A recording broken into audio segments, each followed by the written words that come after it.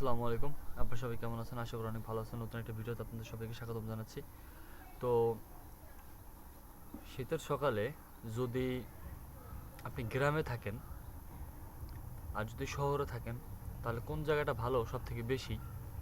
আমি মনে করি গ্রামের জায়গাটা খুব ভালো। কারণ শহরে থাকলে আপনি সব সময় রৌদ্র পাবেন না। সব সময় আপনার জামা কাপড় শুকাইতে পারবেন না।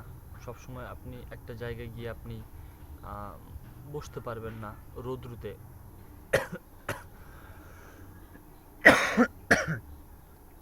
তবে সেই জন্য যে আপনার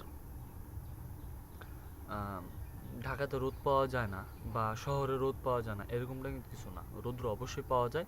তবে হ্যাঁ, খুব অল্প। আমি এখন যেখানটা বসে আছি এটা তো আমাদের একটা গ্রাম সাইড বা গ্রামই বলতে গেলে চলে।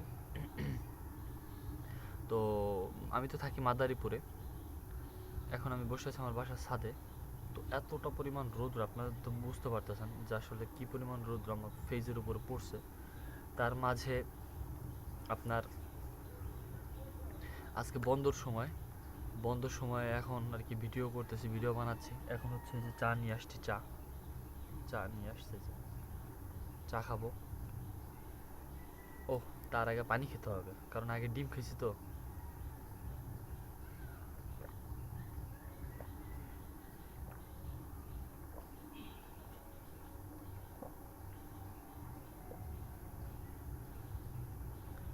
আলহামদুলিল্লাহ।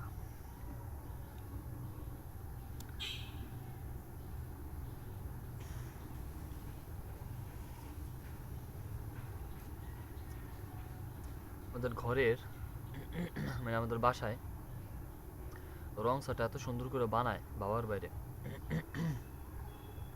আজকেও রং চাটা আদা, এলাচ, দারচিনি, মানে এটা হচ্ছে রং চার ভিতরে দিয়েছে আর কি।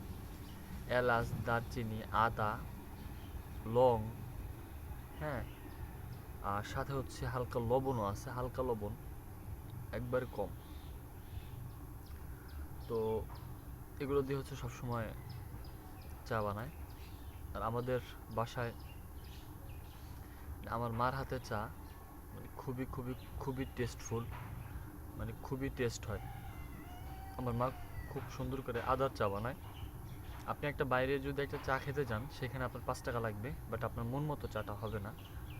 কিন্তু যদি আপনি মানে ওই চাটাই আমি আমার বাসা থেকে যখন খেয়ে যাই, তখন আর আমার এখানে চা খাওয়ার আর ইচ্ছা থাকে না। কারণ আমার বাসা যে পরিমাণ চা বানায় তা ভাবার বাইরে।